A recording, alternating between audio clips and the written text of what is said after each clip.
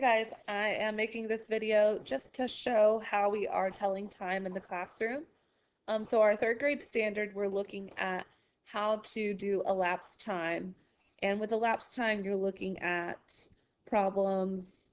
For example, we could say that the school started at 6:25 a.m. and the students were at school for 3 hours and 45 minutes. What time would they get out of school? Or the flight took off at 6:25 a.m. and it was a 3 hour and 45-minute flight. So what time did the plane land? So these are the kind of questions we're trying to answer. And I do want to keep in mind, I know sometimes we're like, oh, why does Common Core have to be so much?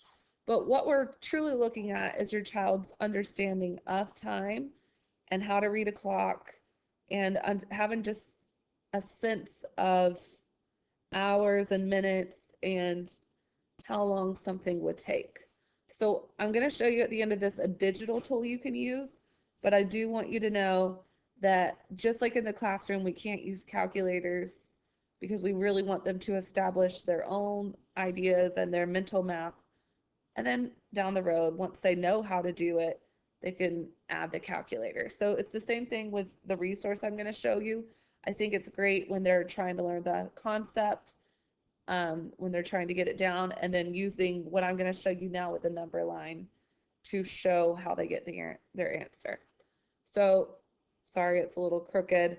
It's hard to draw on my screen, but we take the clock, which is normally we see it's a circle, and we would see that this time would be going around and around. Well, we take the number line and we stretch it and we make it go this way because it's a little bit more friendlier for the students to look at. This is what they're used to seeing, lots of number lines. So what we would do for a problem like this is we would look at our hours and we think about place value, and the hours go with the hours and the minutes go with the minutes. So we would put these hours down and we would be in the 9 o'clock hour, but the minutes did not change. Not yet. Okay. And we know that adding 45 minutes to 25 minutes is going to be more than 60. So this is one reason why we use this number line, because students are still developing their sense of 60 minutes, and then whatever's left would be the hour, how much time I am into the hour.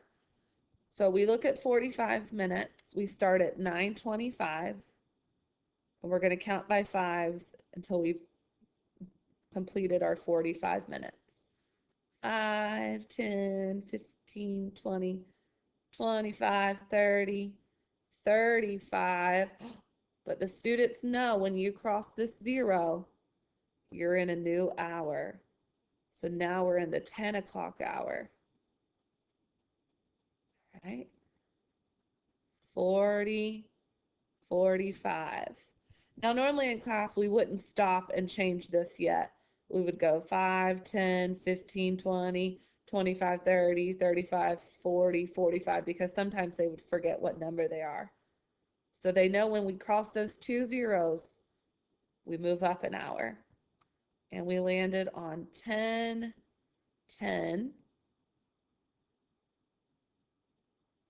And we're still in the AM because we have not gone, our hour hand has not crossed the 12. So they're understanding that they're still in the AM. So that's how we would use our number line to solve a problem like this. I also, if you go under CTLS and you go to our classroom library, you can click on it, and we have a math room. If you click on this clock, they can open up the clock. We've used this in class, and they can use this clock to help them solve the problem. So they can open it up. Some of them know to turn this on, and it kind of gives away the answer. That's why if you're watching them do the problems, they can start off using this just for support, but I'd like to get them away, and I'll show you why. So if we do this same problem, all right, 6:25 was our starting time. And then we go 1 hour, 2 hours, 3 hours, and then 45 minutes, 5, 10, 15, 20, 25, 30, 35, 40, 45. Um, with this being down here, it shows them that this time is 10:10. But part of our standard is we want to know that they can read an analog clock. So they would have to know that this is 10:10. So that is one reason why we do prefer this not to be on, but I do think it's a helpful tool when they're just trying to get the steps down on how to do a problem like this. So these are some very helpful tools. Here's another clock in our classroom. It just depends on whatever they feel comfortable using. So these are some great tools for them.